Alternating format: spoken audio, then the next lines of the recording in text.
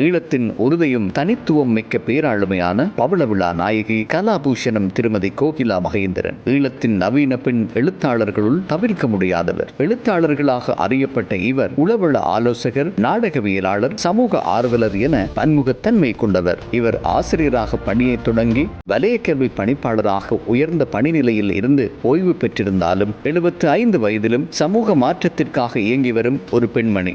யாழ்ப்பாணம் தெல்லிப்பளை விழிசெட்டியில் 17/11/1950 ஆண்டில் சிவசுப்பிரமணியம் செல்வமுத்து தம்பதியினருக்கு மகளாக பிறந்த இவர் பன்னாலை கனகசபை வித்தியாலயத்தில் ஆரம்ப கல்வியையும் தெல்லிப்பள்ளி மகாஜனா கல்லூரியில் உயர்கல்வியையும் கற்றார். யாழ்ப்பாணம் பொலிகண்டி இந்து தமிழ் கலவன் பாடசாலையில் விஞ்ஞான பாட ஆசிரியராக தனது கடமைகளை ஆரம்பித்த இவர் 1976 கிருஷ்ணர் மகேந்திர ஐயாவுடன் மணவாழ்வில் இணைந்து கொண்டார். கடந்த 40 ஆண்டுகளாக சோலைக்குயில் அவைக்காற்று களத்தில் நிறுவனராக இருந்து தொடர் உளவியல் சார்பு வகுப்புகளை நடத்தி வருகிறார். ஈழத்தில் வாழும் நன்கு அனுபவமான மூத்த உளவியல் ஆலோசகர்களில் இவரும் ஒருவர். 20க்கும் மேற்பட்ட நாடகங்களை எழுதி நெறியாழ்கை செய்துள்ளதுடன் சிறுகதைகள், நாவல்கள், உள சமூக கட்டுரை தொகுதிகள், சிறுவர் விஞ்ஞான புனைவுகள், பெண்ணிய உளவியல் சார் தொகுப்புகள், உளவள துணை சிகிச்சை முறைகள், பெற்றோரியம் போன்ற நூல்களையும் எழுதியுள்ளார். இவர் கலாபூஷணம் விருது, சாகித்ய இலக்கிய விருதுகளின் சொந்தக்காரர் என்பதும் குறிப்பிடத்தக்கது.